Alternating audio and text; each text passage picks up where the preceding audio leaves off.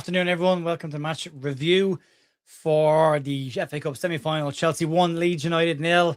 A wet squib, I suppose, of a match, or a damp squib of a match, and a poor performance in the first half by Leeds. Better in the second half, but damage done in the first half of what was a pretty uninspiring game of football from both sides. I mean, if you're a Chelsea fan looking at that, I don't think you'd be overly confident going into the final. And if you're a Leeds fan watching that, you probably thinking too many players probably off it. Did we put everything into that? Did we leave everything out on the pitch? You know, easy to say sitting here. A lot of people saying the occasion maybe got to some players a little bit, but there were some very uncharacteristic performances from some Leeds players.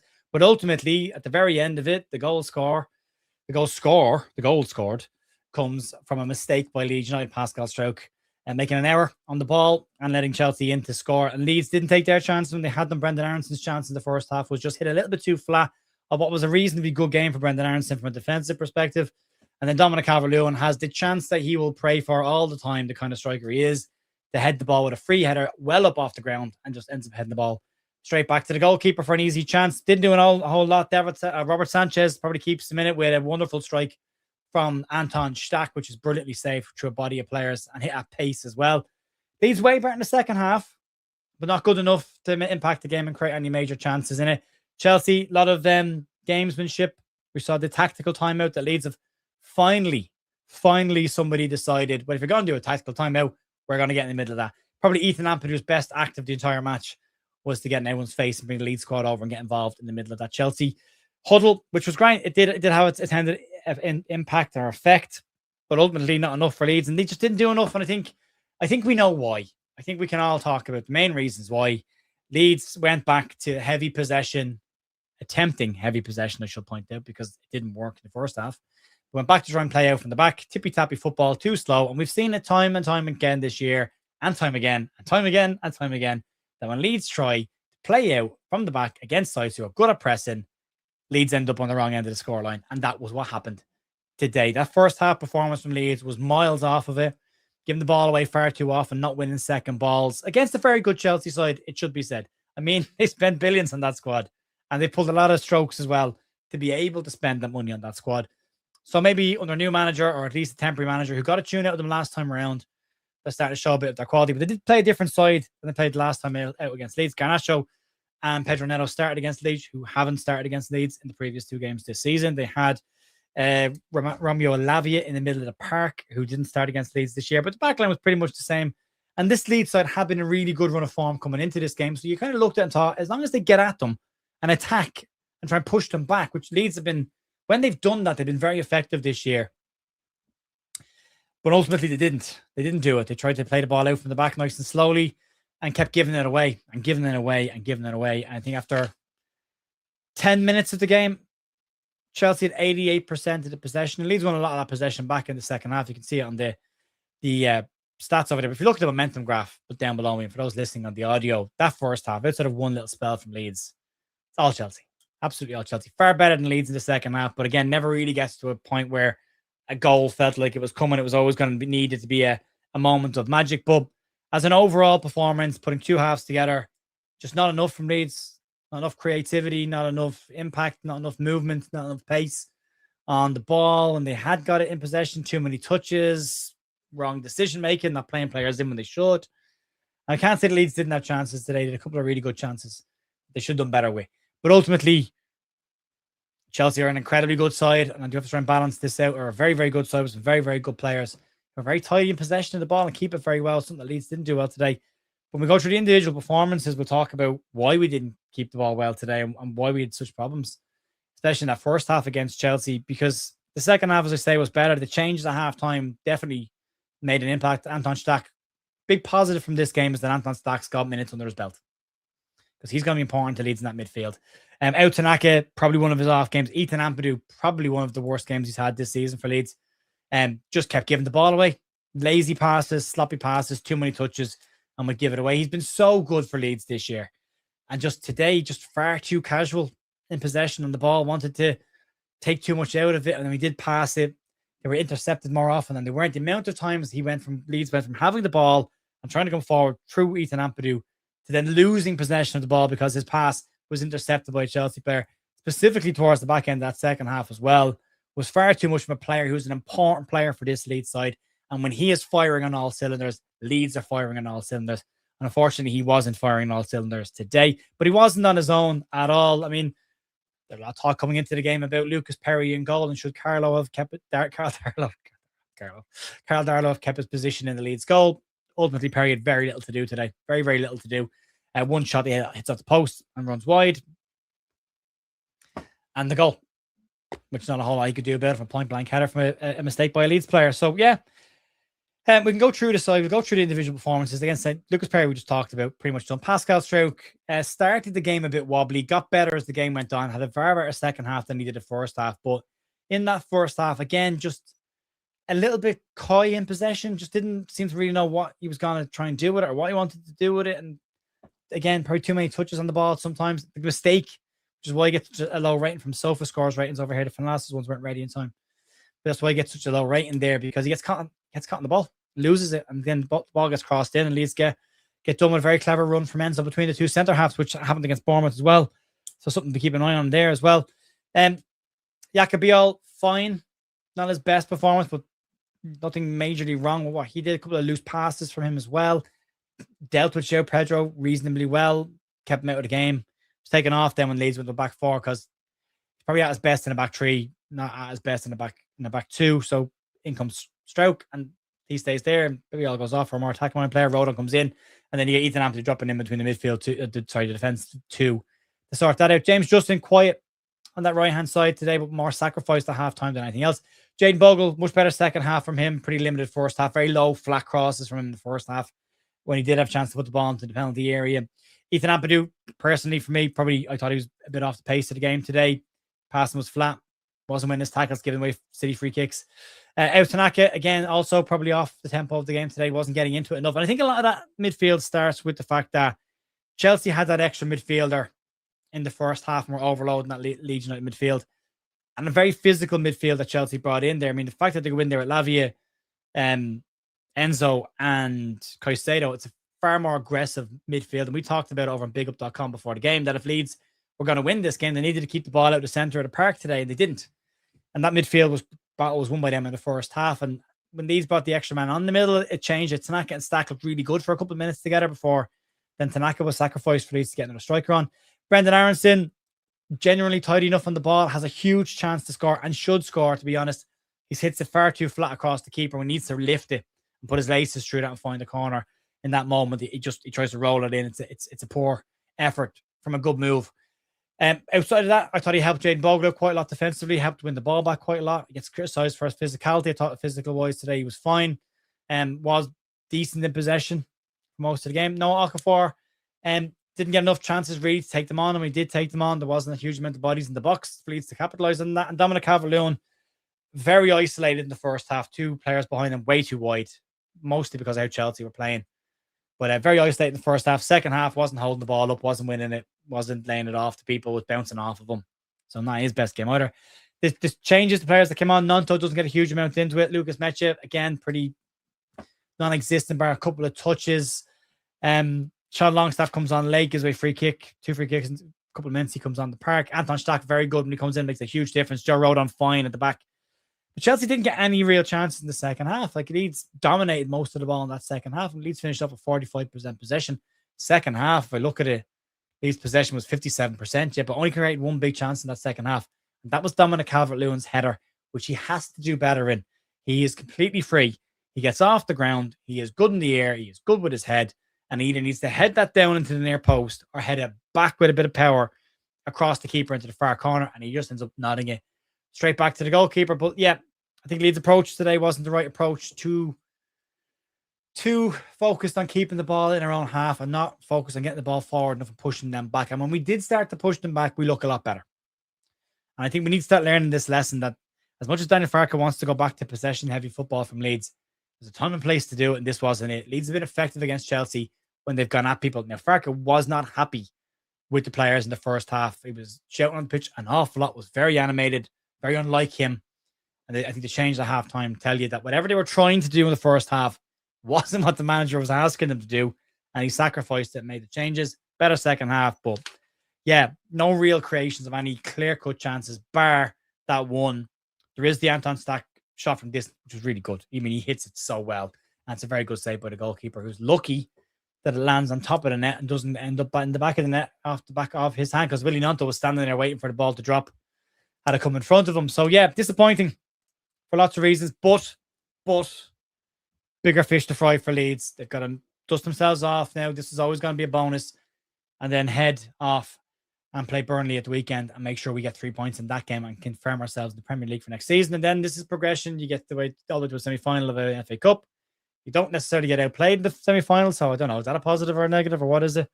You get there anyway, stay in the Premier League, and push on next season again. But a great chance for Leeds to get into a final of an FA Cup. But the same issues that have haunted Leeds, haunt Leeds again. Just Wembley and not scoring goals, Wembley. And a 1-0 defeat. But we'll get into some of your comments now. We'll see how everyone else is feeling. I don't think we can be down for too long about this. We got to dust ourselves off, realize what it was, and get ready for bigger games ahead of us. Karen said, need to focus. Here we go. Need to focus on the remaining games instead, even Karen. Angus says, was hoping for a much better performance. So we'll be hoping for a much better performance against Burnley. Pierre says, well, that was much better between two teams. Was a match between two teams, and it was who wanted it less. Yeah, good point there. Jack says, disappointed, but let's get the points against Burnley. Yeah, Gary Kennedy says, I can't stand watching all the cheating, diving, and dark arts. Yeah, it was awful. It was awful this year. I mean, lads, are we serious with the Fark out shots? Are we? Come on. Mark says, let's worry about getting 3 or 4 or 1 point. Chelsea, they probably showed up. We're likely to win. Farkas' tactics in the first half was pure carrot. I mean, it's the exact same team and the exact same approach that he's played in the last 2 games, where he's got 4 points. So I'm not so sure. Yeah, Okafor has 2 chances, by the way, where he could put DCL in. You know, and Daniel Farke doesn't shoot for Brendan Aronson, doesn't head the ball for Dominic Calvert-Lewin, and, you know, doesn't decide to set off. Thanks for the coverage, says Robert. I'm 20,000 flying from Malaysia to London. Oh, fair play to you. David, a super chat. Thanks, Dave. Appreciate that. We keep moving forwards. That's exactly it. We don't throw in the tail. We got more to do. Why do strikers shoot along the ground? If Aronson had lifted that ball up, it would have been in. Yeah, I would agree on that as well. Sarah said some delusion of people on here tonight. Yeah. Ellie says exactly. We've been lining up that way, and he made 2 changes and changed the shape at halftime and went for it. Yeah, I mean, I'm not pointing any fingers at managerial tactics today. I think some of the players let themselves down today more than anything else. I think if we attacked it more from a player perspective, it would be different. I had 10 on us to go down 66-1. Easy. Not going to go down. Steve says, but I must say, never seen so many Chelsea players who will be better on a catwalk. Caicedo was a drama queen. Absolutely. Next season, we need to be much better. Yeah, we grow from it, Ryan. We push on. Craig says, Wembley hoodoo continues for now. Not too worried. A massive cup final on Friday night. Far more important than the cup game, but better to lose in the semis than get to the final, ups and downs. Calgary calling chair. That was shocking today from Farke, and no show from the players. Pathetic, but he set them up wrong. I'm split on this. I'm not sure if he necessarily set us up wrong or if the players decide were the issue here. Because again, Leeds were clearly looking for counterattacks the first half, which worked well against Chelsea twice this year. And if Pascal Struijk doesn't make that mistake, they don't score that goal. It's a very different game, you know. But again, if Brendan Aronson scores his chance, it's a very different game. But out with a whimper. Says expecting. Angus says hopefully a better performance against Burnley. That's all we can hope for. Aronson, he'll never change. I think he's got better this year than he has been in previous years. His output would suggest so. But in those moments, in those big moments, you've got to finish your dinner. You've got it. You've absolutely got to. Scooby said, I've fallen over. I've got a green shirt and gloves on. Mine's a point. That worries me. We can seriously implode from here, by the way. We could. But let's not fall in a big negative hole of the world is ending. We've lost the semi-final against Chelsea in the FA Cup. Let's think about that for a second. We still have points to play in the Premier League. We've got to go do our job. We've been very good recently. This is an outlier. We've been very good recently, so let's hope that form carries us forward. Garnacho and Neto just stayed wide and cheated, so Bogle and Gabby got pinned in. Yeah, it's clever football. Yeah, and we couldn't get out, and that caused us to have big gaps to midfield or dragged in deep in DCL's isolate. Completely agree with you. Bang on the money, actually. Babs says, to be honest, couldn't give a flying truck about that game. Roll on Burnley. It's much more important. I would agree with that. Credit to them to get them this far, but then doing nothing. Yeah, we didn't really lay a glove. Aronson scored. That's a different game. Absolutely. He scored. Absolutely, it's a different game. We're not talking about it, but this is how the game's going, fortunately. Take a chance on it there. Gary Kennedy, best attack was we had was hoof and hope. The best of setting them. I mean, that's worked this year, hasn't it? I just don't think we did it enough. I mean, even the TNT guys at halftime were saying Leeds need to go more direct. How many times have we said that this season? Leeds need to go more direct. Leeds are very good when they go direct. So, yeah, first half killed. Yeah, first half killed us. Absolutely killed us, Jack. 100%. Steve says Stack and Rhoda made a difference on second balls. Yeah, that's a huge point. By the way, we weren't winning those second balls in that first half. We were just miles off it, and that was a huge problem. They had a hand enough in the first half, and hardly any balls won in the air against their players. Yep, Tanaka's timing was well off his game. Yeah, not his best game today at all. Gary says nobody turned up. There's no excuses for schoolboys terrified in the first half. No passion, no aggression. Couldn't make a tackle. Couldn't make a pass. Couldn't make an interception. Consistently passing backwards. Yeah, second half was better. Aronson did play well. Yeah. But you need everyone. You need everyone. You need everyone. He still should have scored his chance. Andrew says, I'm not having any talk from our genius boss about character and tiredness. We did not lay a glove on them. They'd lost 6 games and 121 manager. Shocking performance, weak mentality. Tommy says, I think the occasion got to them a bit. Probably did. We missed Gruev. I think the first half Gruev probably does a job in there, to be honest with you. CR81 says, bring on Burnley. Rodon Rednose says, poor just didn't turn up again at Wembley. Evie's here as well, is she? Dick says, why do we struggle at Wembley? Oh, I don't know. I don't. Evie is here. Good afternoon to Evie. Hope you're well. SST says, and how the F did that fella score with a header? I know. Got between the two centre halves, exactly where you're supposed to run. Okay, 85 cents for a stinking soda said, would have been better final with us there. Yeah, but we probably didn't deserve to be there. Big game next, and I hope we show more fight, passion, etc. Dust this one off. Don't let it impact you. It was always a bonus. Move on. Ellie says, he's not in the pitch though, mate. The player just went on it. Ignoring the charity shield, I think it's correct that Alan Clark was the last Leeds player to score at Wembley. Probably, yeah. Yeah. Disappointing. Discourse of Peacocks. Evie says, first half was woeful, felt bad for Stroke, but he needs to forget that game, and we go again on Friday. Second half, we were much better. Okafor was poor crosses, other than one really good one. Yeah, I think across the board, Jaden Bogle's crosses were so flat today. So flat. And if Leeds were going to have any joy, they needed to keep the ball at the middle of the park, get into wide areas, whip, and get on the end of them. And they just didn't. I think says, I think it'll be forgotten about by this Saturday. Let's hope we do. We do. All right. Last couple of comments before we start to wrap up. Sean Heal here. Afternoon to you, mate. Hope you're well. Can we all admit Pascal ain't good enough? He makes a mistake. He's been very good in the last couple of games, Sean. Let's not pick one match and pick on somebody. I thought he was very good in the last 2 games for Leeds. He's made a mistake today. He does have a mistake in his locker. Like Pascal does have mistakes in his locker. He has made them, but yeah. Dick says, not too bored about the result. Let's stay in the Premier League. TLG, aka WYRG says, we have to do our job now in the Premier League, get 50 points, 3 wins, and 1 draw. Move forward. Chufla says, when we lose, the fans show true colours. If we beat Burnley and survive, they're back on. Yeah. Just stick with it. Just we lose a game of football. That's how football goes. You can't win every single game. You're not going to be unbeaten in every game. Sometimes it doesn't go your way. Sometimes players don't turn up, and sometimes managers get it wrong. For the most part this season, it's been positive. So look, it is what it is. It's not a great day at the office. Poor performance. Didn't set up properly. Didn't approach it the right way. Players were off their game. Next game got a chance to fix it. And a far more important game for the future of the club. It's not a curse that we don't play. Yep.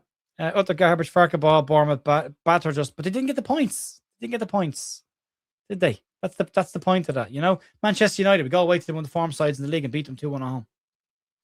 For every one of those bad games, there's an opposite game. You know, for everyone that says that we should have beaten Sunderland, we should have got something against Sunderland. We drew twice against Liverpool. We beat Chelsea, at home, got pointed them away from home. So for every bad game, there has been a flip to that as well. So look, I get it. Everyone's disappointed, and I understand that. I'm massively disappointed with that today. I didn't think we were good enough. I thought we should have been better. I thought the tempo was too slow. But you know what I'm like on tempo? I always think it's too slow. I think we could have gone at them more. You know, I think some of the players just didn't step up today, and that can happen. You know, Anton Stack did show one thing to me in the second half, though. He showed me that he is a big game player, because when he came on, all of a sudden there's a difference. Joe Rodon, big game player, and these are important players for us. But you know, when it came to the crunch in a big moment, to do something special, to do something big, too many of our players, including our captain, just were not at it today. It doesn't mean they've been woeful all season. They've just been off it today. We got to move on. And as Carol's saying here, lessons to be learned. We have not beaten Manchester City anyway. But that's true. That's true. But the lesson we have to learn today is we need to realize that if the manager wants to go back to passing out from the back and possession-based football, then he needs to have the players in that side that can play that style of football. That hasn't changed since the start of the season. Just because we've been on a positive run, going back to that in a game like this was never going to help us. We needed to be more aggressive. We needed to be a side that were going to make it really uncomfortable for Chelsea. And as has been said in the chat, we needed to be far more physical.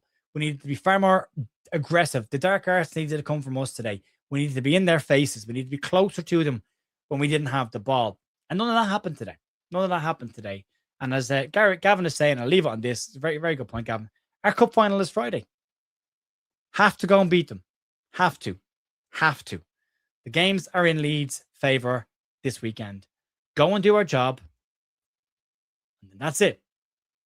That's it. All we've got to do. This was going to be a bonus. We didn't get it today. It's unfortunate. It is unfortunate. And I'm annoyed at it. And I'm disappointed at it. But it's not going to ruin the weekend. And it's not going to ruin the season for me. We've got a very big game. And if we can beat Burnley at the weekend, I'll be a very happy camper. And that's where we need to go. So, yeah. Bobbin says, need to justify things, Jer. Half this lot have just crawled out of underneath their rocks. But that's true. That's true. There's people commenting that haven't commented in a long time. And I get that. Yeah, I haven't watched it in a long time. And look, I always say everyone's entitled to their opinion. If you like it, you don't. If you like the manager, you don't like the manager. You're entitled to your opinion. But I never believe throwing the baby out with the bathwater, and people are entitled to have their opinion. I give my opinion, So not everyone agrees with my opinion. That's absolutely fine. Everyone's entitled to their opinion. Just move on. Look, that's it.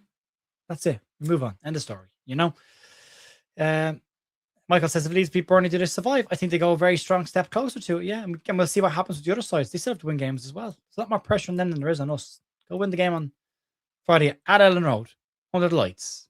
And if we don't win it, and if we end up getting relegated, then we didn't deserve to stay in the league because we weren't good enough against teams we should have been better against. Black and white. Go and sort it out. Win on Friday, end off. Right? Can't always win every game. Didn't win today. That's the way it works. We move it. Yeah.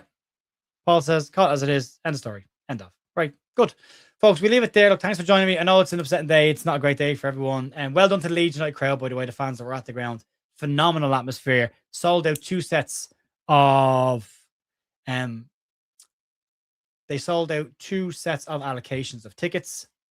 Chelsea had gaps everywhere. So yeah. Right, folks, we'll talk to you later on. Enjoy the rest of your evening and your weekends. I will see you on Monday morning, tomorrow morning, for our Leeds United news. And we move forward. We get into what is going to be a very important weekend for Leeds United.